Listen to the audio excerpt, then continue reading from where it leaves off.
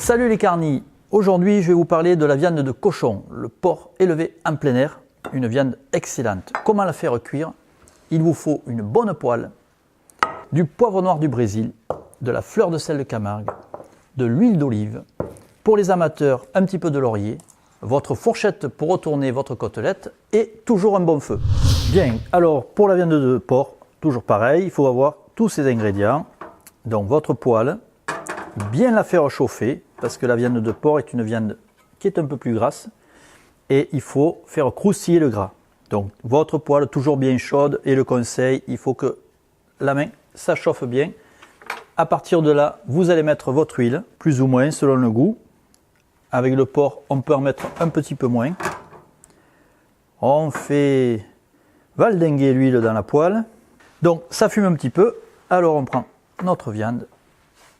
Ça crépite, très important, il faut que ça crépite. On fait tourner notre viande pour que l'huile se prenne bien sur la côtelette. On saisit un premier côté et on va vite saisir le second. On met le sel avant la fin de la cuisson, toujours.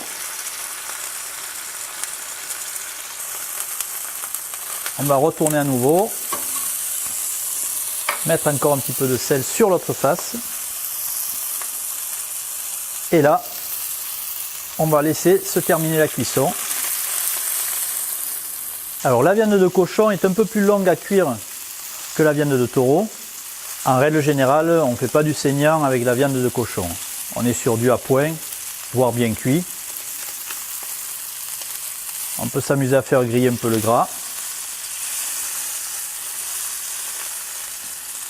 On retourne à nouveau. Vous voyez, elle commence à bien se dorer, se caraméliser.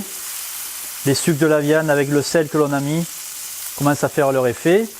Ce que nous appelons la réaction de Maillard, qui va apporter tout l'arôme. Donc là, nous avons retourné 4 fois la viande.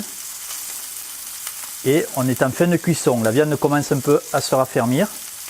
On peut faire un petit contrôle couteau. Il nous reste encore 30 secondes environ, de façon à dorer l'autre face. Voilà, une dernière fois, on retourne notre viande.